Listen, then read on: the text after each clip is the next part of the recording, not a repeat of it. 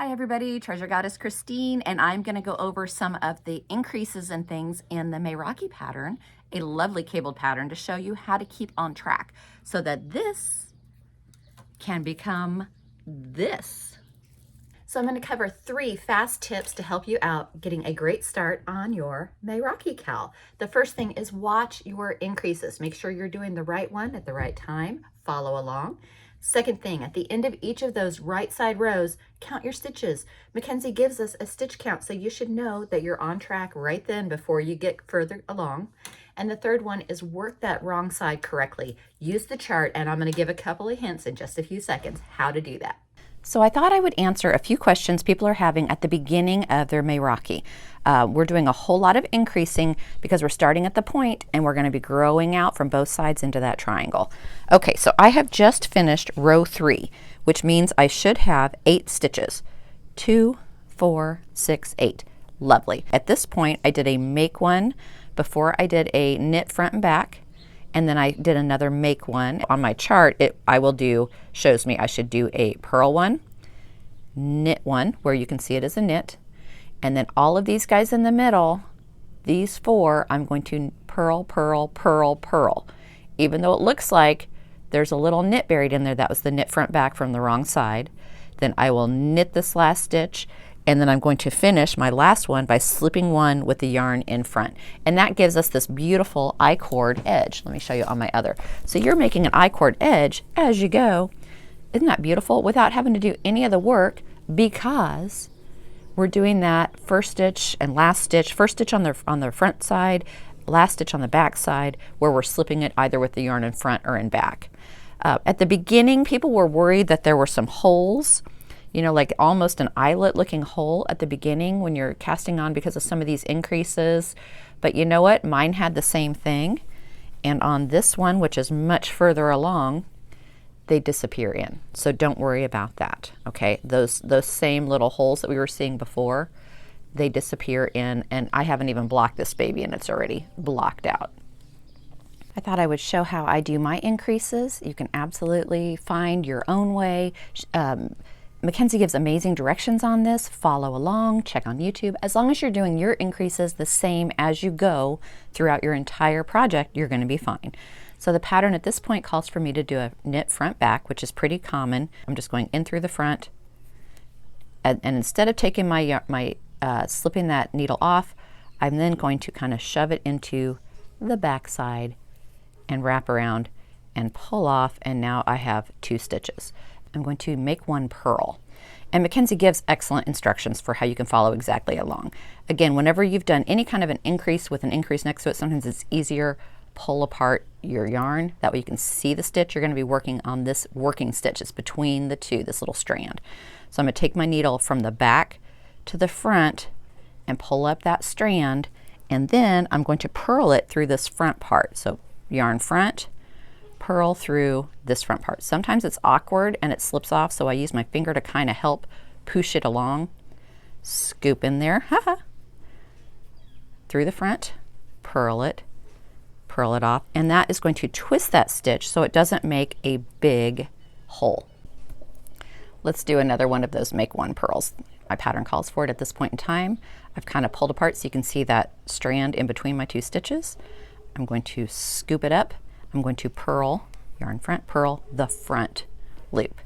Yarn over, and when I purl it back, make sure that you are only pulling that needle through there and not catching anything else. And there you have a new purled one, made one.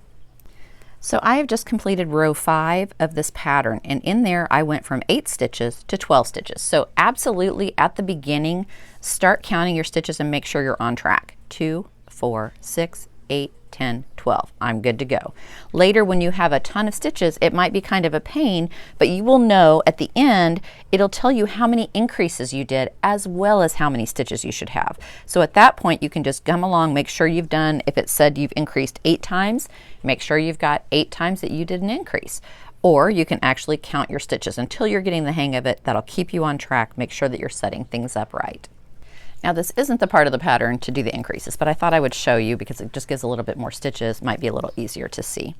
So some of the other increases you're going to be creating on this are going to be a make one knit, which you're just scooping through that working yarn. And as I come here, I'm just going to kind of pull apart so you can see that you're only wanting to work with this top strand. So make one, I'm going to go in through the front with that left needle from the front to the back, and then with the right needle I'm going to knit through the back strand. So sometimes you kind of have to shove it around, so I'm catching the back side, wrapping my yarn around and bringing up. And what that does is it twists the stitch, and it's almost invisible when you come around the next time. You're not leaving a huge yarn over. Okay, so let's do a knit front back. You're going to go in through the front, wrap.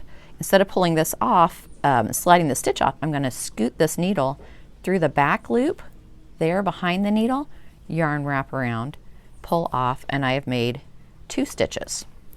Now let's show a knit front back front, which was kind of a wild stitch when you think about it, but super easy. And again, Makenzie gives great instructions. It's the same thing, you've just got 3 times before you pull your needles out. In through the front, wrap around, don't take this off your needle. Second part of the stitch is going through the back part, this back stitch right here. I'm going to scoop my needle through, wrap around, bring the needle front, and then I'm going to go again through this front leg of that stitch. 1, 2, 3. So I've actually created 2 stitches, 3 stitches out of 1. So it's a double increase, and it's pretty fun. Let's do that again. Let's pull that baby out. And you really get into a throw. So the main thing is pay attention to the pattern. I believe that happens the first time on row 29. You've been doing knit front back, and it's easy to get off, so make sure you're watching. I would actually go in and highlight that and highlight the knit front back when you see it. So we're going to go in through the front, wrap around, through the back, wrap around, and again through the front. Boom, boom, boom. The purl one front back I've always thought was very awkward, and no matter how many videos I watched, I never could get it. Basically, you just need to do the same thing over and over. However you're going to do it is how you're going to do it. Yarn front, go through the front part. Now this back part, I'm just going to kind of pull the stitch up, working through this back loop back there, back leg, and I'm just going to jam it through, yarn between. So I'm still doing yarn front. When I scoop that off, I have 2 stitches.